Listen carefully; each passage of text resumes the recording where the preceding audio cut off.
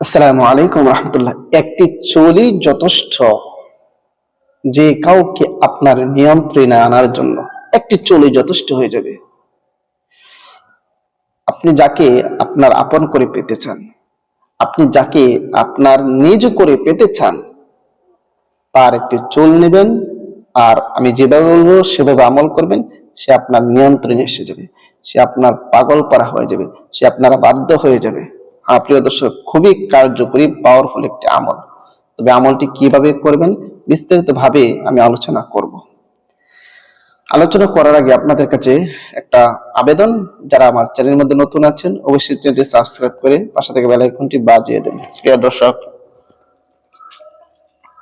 দুনিয়ার মাঝে অনেক সময় আপনি একজন মানুষকে পছন্দ করেন, কিন্তু যে কোনো কারণে সে আপনার হতে চাচ্ছে না, আপনার নিয়ন্ত্রণের বাহিরে চলে গিয়েছে। আপনি চাচ্ছেন যে তাকে আপনি বিবাহ করবেন বৈধভাবে। আপনি চাচ্ছেন, ছেলেটাকে অনেক পছন্দ হয়েছে, আপনি তাকে আপন করে চাচ্ছেন। মেয়েটাকে অনেক পছন্দ হয়েছে, কিন্তু আপনি চাচ্ছেন যে হালাল ভাবে সে আপনার প্রিয় হয়ে যাক, আপনি চাচ্ছেন, কিন্তু এরপরে হচ্ছে না। তাহলে আজকে যে আমলটি বলবো সেটা যদি আপনি করতে পারেন, ইনশাআল্লাহ হালাল ভাবে আপনার আপনজন হয়ে যাবে। খুবই কার্যকর একটা আমল। কিভাবে আমলটি করবেন? আপনি আমলটি করার জন্য ওই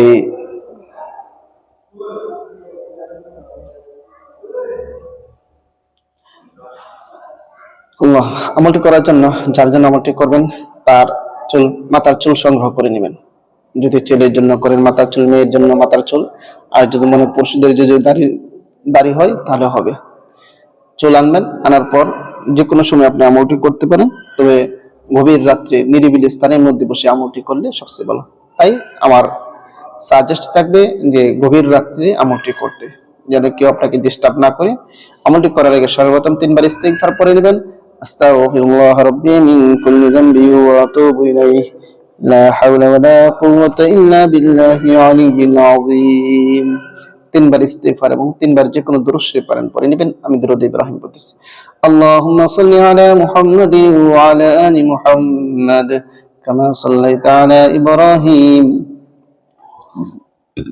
وعلى آل إبراهيم إنك حميد مجيد.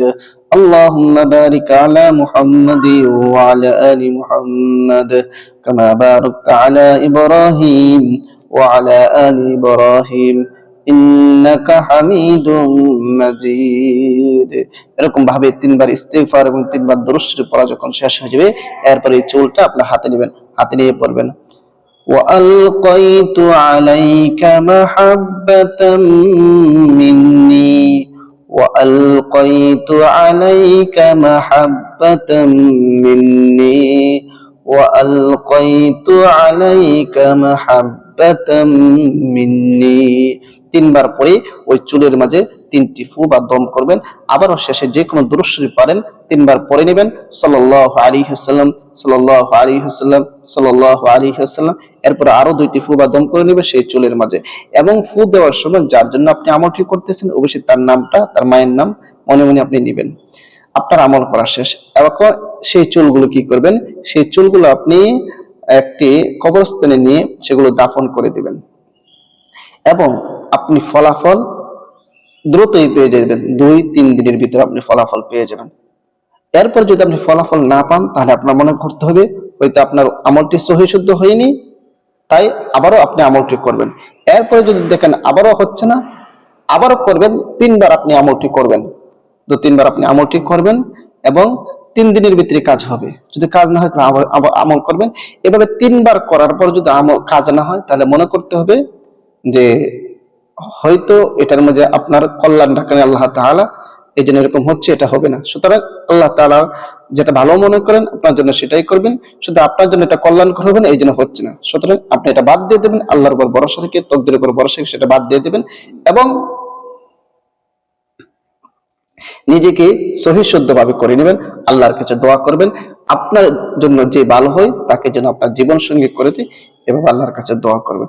সুতরাং আপনার জন্য যদি ভালো হয় অবশ্যই খুশি থাকে আল্লাহ তাআলা আপনার করে দেবেন। প্রিয় দর্শক, ভিডিওটা বেশি করে শেয়ার করে দিবেন। আর সবাইকে অসংখ্য ধন্যবাদ। আসসালামু আলাইকুম ওয়া রাহমাতুল্লাহ।